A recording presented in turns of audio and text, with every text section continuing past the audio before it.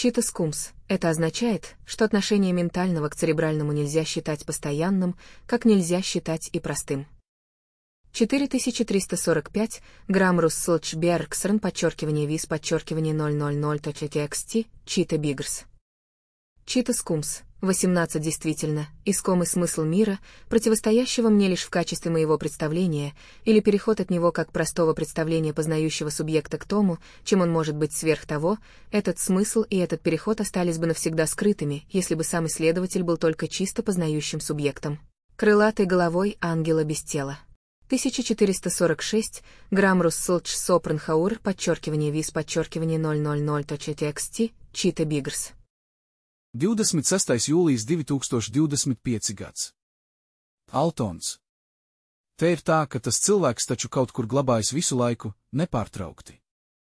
Visai viņa būtībai kaut kur jābūt fiksētai. Un ir vienalga, vai mēs domātu, ka tas ir vienkārši Dieva prātā, Dieva atmiņā, likteņa grāmatā vai jebkur citur. Principā tehniski tas taču var būt visdažādākos veidos, vai pat daudzos veidos vienlaikus un paralēli.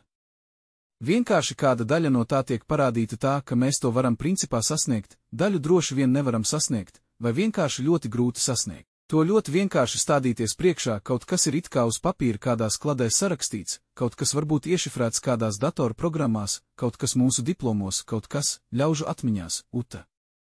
Un jebkurā situācijā jebkura šī vieta var kaut kā nostrādāt, kaut kā iespaidot notikumus. Mēs te esam šajā pasaulē ar savu līdzi paņemto iedzimtību, savu izskatu, spējām, likteni, daļēji, jo liktenis laikam taču plus pie tā darbojas arī tieši online, un tas viss taču ir sarakstīts visādos gēnos un visur, kur, sazin vien kur, bet taču tīri materiālā ķermenī.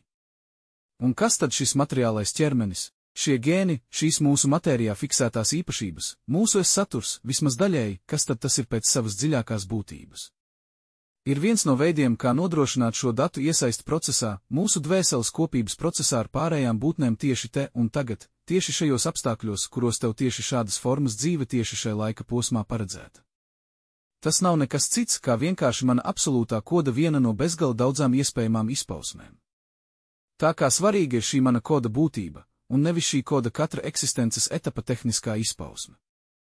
Tikai neiekritīsim gan ar šo savu lielo gudrību, var sanākt pārgudrība.